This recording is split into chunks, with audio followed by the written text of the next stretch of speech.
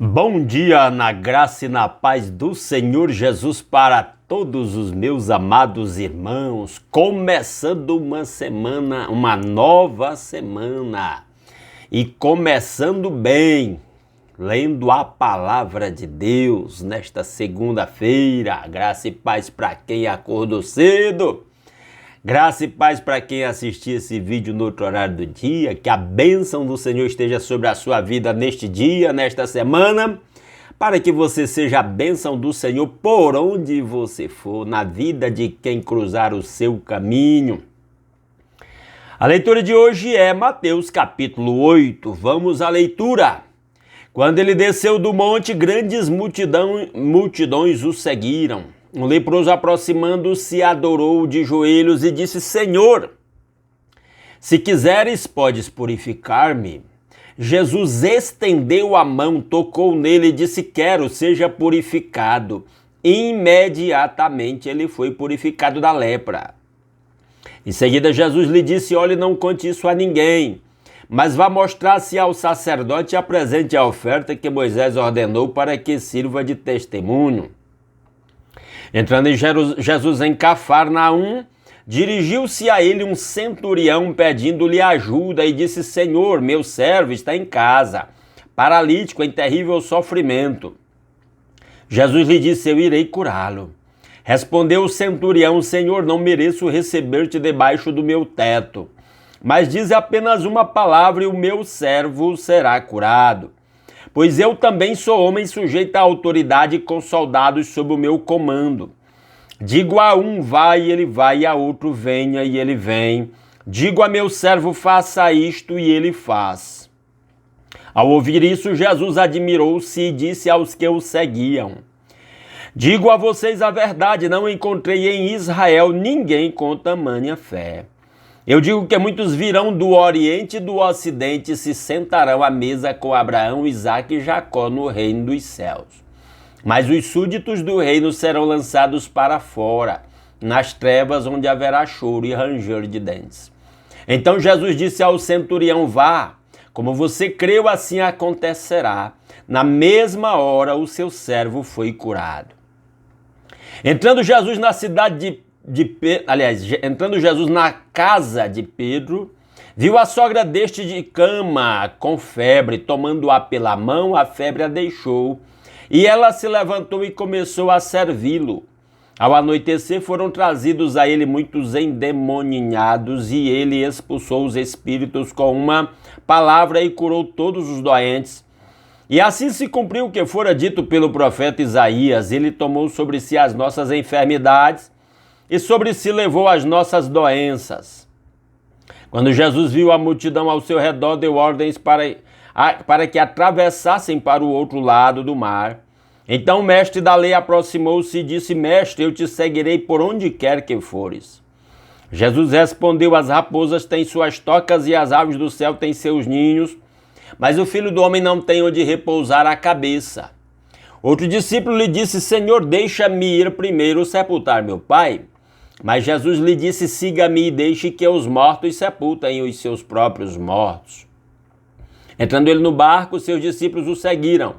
De repente, uma violenta tempestade abateu-se sobre o mar, de forma que as ondas inundavam o barco. Jesus, porém, dormia. Os discípulos foram acordá-lo, clamando: Senhor, salva-nos, vamos morrer. Ele perguntou: por que vocês estão com tanto medo, homens de pequena fé? Então ele se levantou e repreendeu os ventos e o mar, e fez-se completa bonança. Os homens ficaram perplexos e perguntaram: quem é este que até os ventos e o mar lhe obedecem? Quando ele chegou ao outro lado, à região dos Gadarenos, foram ao seu encontro dois endemoninhados que vinham dos sepulcros. Eles eram tão violentos que ninguém podia passar por aquele caminho. Então eles gritaram: que queres conosco, filho de Deus? Vieste aqui para nos atormentar antes do devido tempo? A certa distância deles estava pastando uma grande manada de porcos. Os demônios imploravam a Jesus: se nos expulsas, manda-nos entrar naquela manada de porcos. Ele lhes disse: vão. Eles saíram e entraram nos porcos, e toda a manada atirou-se precipício abaixo em direção ao mar e morreu afogada. Os que cuidavam dos porcos fugiram. Foram à cidade e contaram tudo, inclusive o que acontecera aos endemoniados. Toda a cidade saiu ao encontro de Jesus e, quando viram, suplicaram-lhe que saísse do território deles, que Deus aplique a sua palavra aos nossos corações. Vamos a algumas considerações sobre o texto. Antes dessas considerações, deixa-me pedir, dá um like nesse vídeo aí para ele ganhar repercussão na plataforma.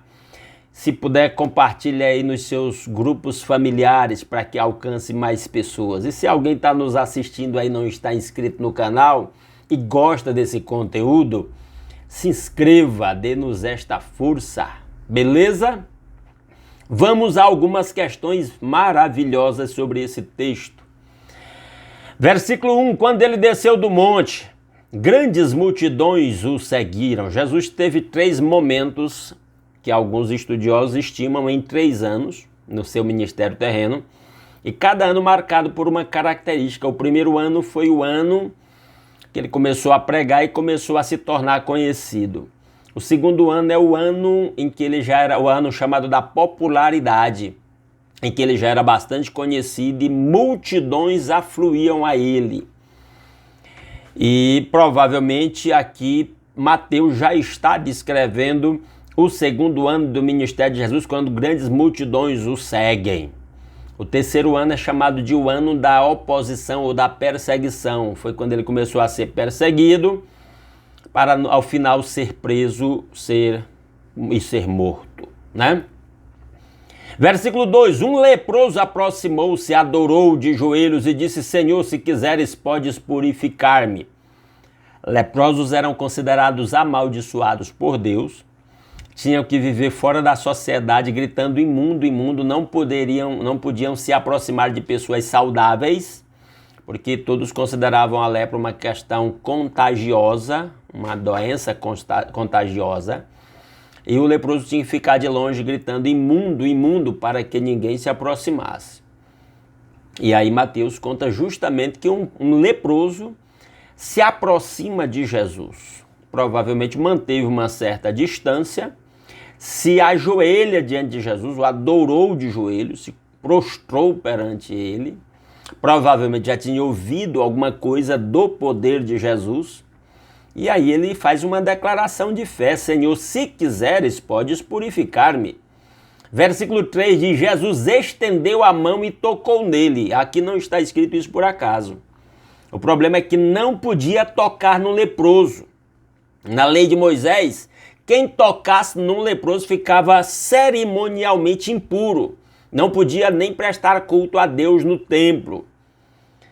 E aí o Mateus faz questão de dizer que Jesus tocou no leproso. E Jesus tocou de propósito. Porque na graça, agora, Jesus vai inverter os papéis. Lá no Velho Testamento, quando o santo tocava no impuro, no imundo, a imundícia do imundo contaminava o santo.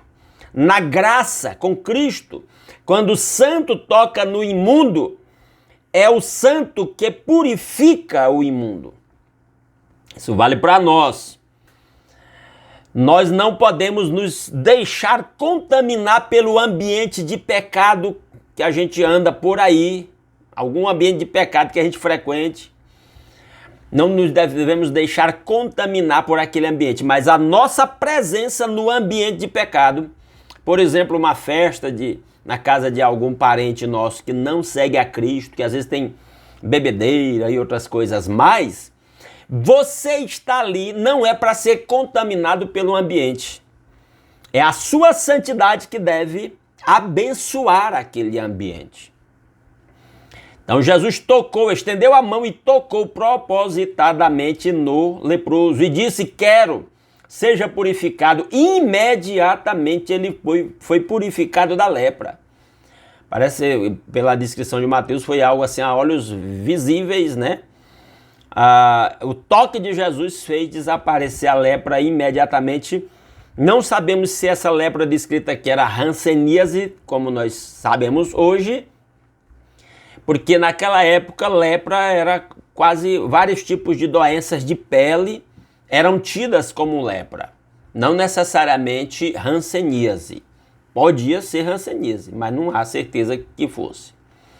Em seguida, Jesus lhe disse: olhe, não conte isso a ninguém, mas vá mostrar-se ao sacerdote e apresente a oferta que Moisés ordenou para que sirva de testemunho. Durante os 2 primeiros anos do ministério de Jesus, ele tentava evitar que a notícia se espalhasse muito, porque ele já temia a perseguição mais acirrada, para evitar a perseguição mais acirrada que se concretizaria no último ano do seu ministério terreno.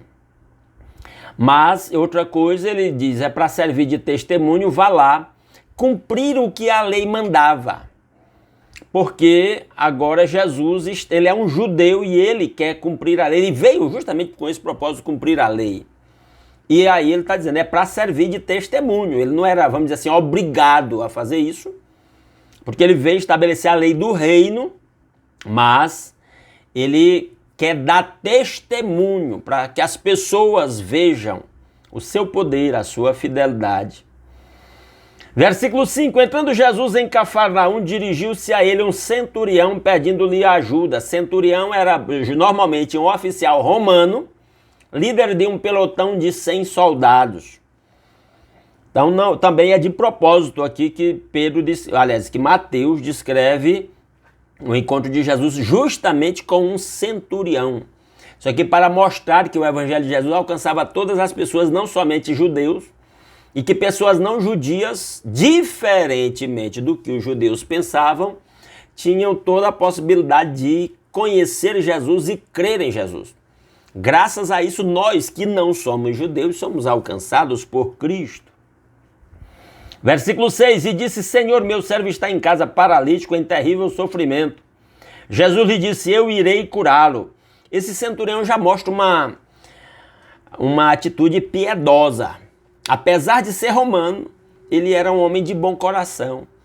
Porque, em geral, os donos de escravos não se preocupavam muito com as doenças dos seus escravos, para buscar assim um tratamento específico. E esse homem vai a Jesus para pedir, aqui é chamado de servo, mas a palavra grega é doulos, era um escravo dele, estava doente. E Jesus, o verso 7 diz, e Jesus disse, eu irei curá-lo. Mateus está dizendo, ele atendia centuriões para curar, para tratar de escravos, que ninguém ligava para escravo, para bem-estar de escravo, não necessariamente. O interesse era puramente comercial, básico. Mas Jesus prontamente está disposto a atendê-lo. Verso 8. Respondeu o centurião, Senhor, não mereço receber-te debaixo do meu teto, mas diz apenas uma palavra e o meu servo será curado. E é interessante no versículo 7, porque Jesus disse, eu vou lá curar. Jesus podia curar à distância como fez. Jesus podia curar o leproso sem tocar, mas quis tocar. Jesus podia curar o servo do centurião aqui sem ir lá, mas ele se prontificou a ir. Mateus está dizendo, esse homem atende as pessoas, dá atenção particular, individual para as pessoas. E aí o centurião surpreende Jesus, Senhor, não mereço receber-te debaixo do meu teto. A primeira coisa para alguém se aproximar de Cristo é negar-se a si mesmo. O que é isso? Eu não mereço, eu sou indigno, eu sou um pecador. Esse centurião está dando o primeiro passo mais importante para se aproximar de Deus. Ninguém vai se aproximar de Deus com arrogância, se sentindo merecedor. Não tem isso. Aí ele continua dizendo, mas diz apenas uma palavra e o meu servo será curado. Uma declaração de fé no que Jesus, na autoridade de Jesus. Verso 9, pois eu também sou homem, sujeito à autoridade e com soldados sob o meu comando. Digo a um vai e ele vai, e a outro vem e ele vem. Digo a meu servo faça isso e ele faz. Então esse homem está declarando, é interessante, um oficial romano, líder de um pelotão de 100 soldados, está reconhecendo a autoridade de Jesus. E a questão é essa, nós reconhecemos a autoridade de Jesus? Versículo 10. Ao ouvir isso, Jesus admirou-se e disse aos que o seguiam: digo a vocês a verdade, não encontrei em Israel ninguém com tamanha fé. O povo de Deus, criado por Deus, para por meio desse povo vir o Messias, seu filho Jesus, não reconheceu Jesus como algumas pessoas que não eram judias reconheceram. Mateus está escrevendo isso aqui justamente para judeus, dizendo: olha aí, vocês que deviam reconhecer, não reconhecem a autoridade de Jesus. Um centurião, de quem não se esperava que reconhecesse a autoridade de um judeu simples como Jesus, esse reconheceu. Versículo 11, eu digo que muitos virão do Oriente e do Ocidente e se sentarão à mesa de Abraão, Isaque e Jacó no reino dos céus. Olha a mensagem do reino no Evangelho de Mateus. Ele está dizendo que no reino de Deus cabem todos. Não, isso aqui é desfazendo uma mentalidade judaica de que o reino era para eles.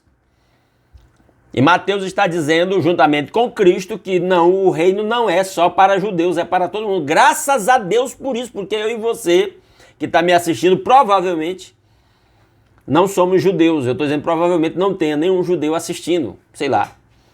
Eu penso que a maioria dos que me assistem, ou se não a totalidade, ninguém é judeu nem descendente de judeu. Graças a Deus por isso que Deus, no seu propósito de estabelecer o reino, nos incluiu, cabe todo mundo. Versículo 12, mas os súditos do reino serão lançados para fora, nas trevas onde haverá choro e ranger de dentes. Os súditos aí são os judeus que rejeitaram a Jesus, e aí ele diz que seriam lançados fora para o local onde havia trevas e choro e ranger de dentes. Verso 13, então Jesus disse ao centurião: vá, como você creu, assim acontecerá, na mesma hora o seu servo foi curado. Isso aqui é um princípio. Tem as exceções, Jesus nem sempre depende da nossa fé, mas quando nós cremos, aquilo que nós buscamos fica ao nosso alcance, a fé abre estas portas. Versículo 14. Entrando Jesus na casa de Pedro, viu a sogra deste de cama com febre. Tomando-a pela mão, a febre a deixou e ela se levantou e começou a servi-lo. Ao anoitecer foram trazidos a ele muitos endemoninhados e ele expulsou os espíritos com uma palavra e curou todos os doentes.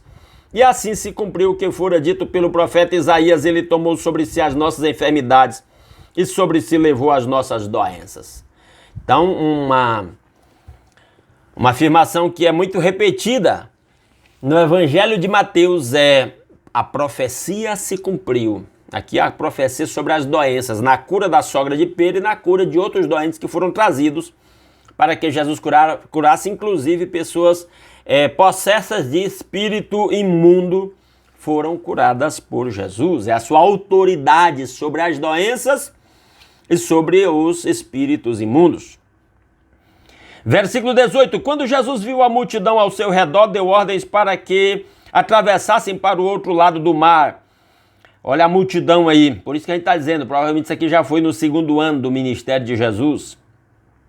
Então o mestre da lei aproximou-se e disse: mestre, que eu te seguirei por onde quer que fores. Um mestre da lei, um judeu importante, religioso, mestre da lei. Também, então, o Evangelho de Jesus abria portas, o reino de Deus abria portas para todos, judeus, gentios que não eram judeus. Um centurião romano, um leproso, um endemoniado, um doente, uma mulher, provavelmente idosa, a sogra de Pedro, todos estavam entrando no reino, a porta está aberta para todos.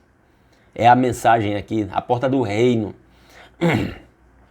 Versículo 20, Jesus respondeu: as raposas têm suas tocas e as aves do céu têm ninhos, mas o Filho do Homem não tem o de repousar a cabeça. Jesus está dizendo para esse homem: quer me seguir? Tem um preço a ser pago, não é tão simples assim. Às vezes as pessoas querem seguir a Cristo aí muito superficial, porque não estão dispostas a pagar o preço de seguir a Cristo. 21, outro discípulo lhe disse: Senhor, deixa-me ir primeiro sepultar meu pai. Provavelmente era um filho mais velho, era a função do filho mais velho cuidar do pai até a sua morte. Honrar o pai e cuidar do pai até a morte. Aí Jesus responde: mas Jesus lhe disse: siga-me e deixe que os mortos sepultem os seus próprios mortos. E aqui ele está falando dos mortos espirituais que não creiam em Deus, não aceitavam a Cristo. deixa que eles tomam conta dos próprios mortos, e aí está falando dos mortos fisicamente, que seriam sepultados pelos outros mortos. Ele diz, e você vem me seguir. Versículo 23, entrando ele no barco, seus discípulos o seguiram. De repente, uma violenta tempestade abateu sobre o mar, de forma que as ondas inundavam o barco. Jesus, porém, dormia. Jesus tinha um absoluto domínio próprio, podia dormir no meio da tempestade. Falei lá em Gênesis, na leitura de Gênesis, dessa questão do domínio. Somos criados para o domínio e só temos domínio, só exercemos domínio quando estamos sob o domínio de Deus. E a primeira área que nós exercemos domínio é domínio próprio. Aí, quando exercemos domínio próprio, estamos aptos a exercer domínio ao nosso redor. Jesus exerceu esse domínio próprio a ponto de que no meio de uma tempestade ele estava dormindo. Verso 25, os discípulos foram acordá-lo clamando, Senhor, salva-nos, vamos morrer. E ele perguntou, por que vocês estão com tanto medo, homens de pequena fé? Esses discípulos estavam apenas mostrando o nível de maturidade espiritual aqui, em que eles se encontravam ainda, muito baixo. Homens de pequena fé. Então ele se levantou e repreendeu os ventos e o mar e fez-se completa bonança. É o rei mostrando sua autoridade, que ele já mostrou sobre os doentes, sobre os endemoniados. A autoridade reconhecida por um capitão romano. Agora ele exerce essa autoridade sobre a natureza, mandando a tempestade se acalmar e a tempestade obedecendo. Verso 27, os homens ficaram perplexos e perguntaram, quem é este que até os ventos e o mar lhe obedecem? Esse homem é o Cristo de Deus. 28, quando ele chegou ao outro lado da região dos Gadarenos, foram ao seu encontro 2 endemoniados que vinham dos sepulcros. Eles eram tão violentos que ninguém podia passar por aquele caminho, então eles gritaram, que queres conosco, filho de Deus? Vieste aqui para nos atormentar antes do devido tempo? O que Mateus está dizendo?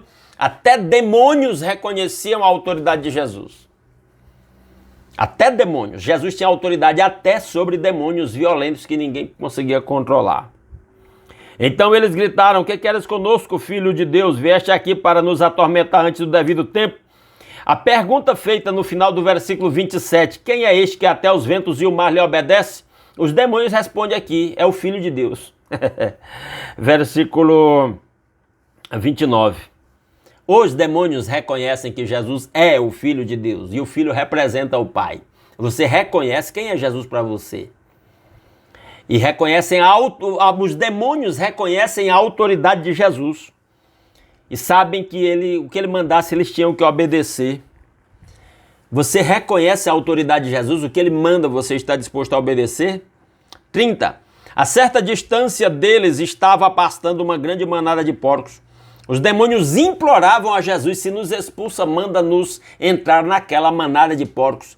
Porcos eram os animais mais imundos que um judeu considerava. E o que Mateus está dizendo, Jesus tinha autoridade sobre demônios no meio de um povo imundo que estava envolvido com porcos.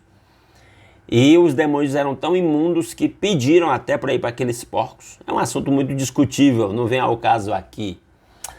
Versículo 32, ele lhes disse, vão. Eles saíram e entraram nos porcos e toda a manada atirou-se precipício abaixo em direção ao mar e morreu afogada.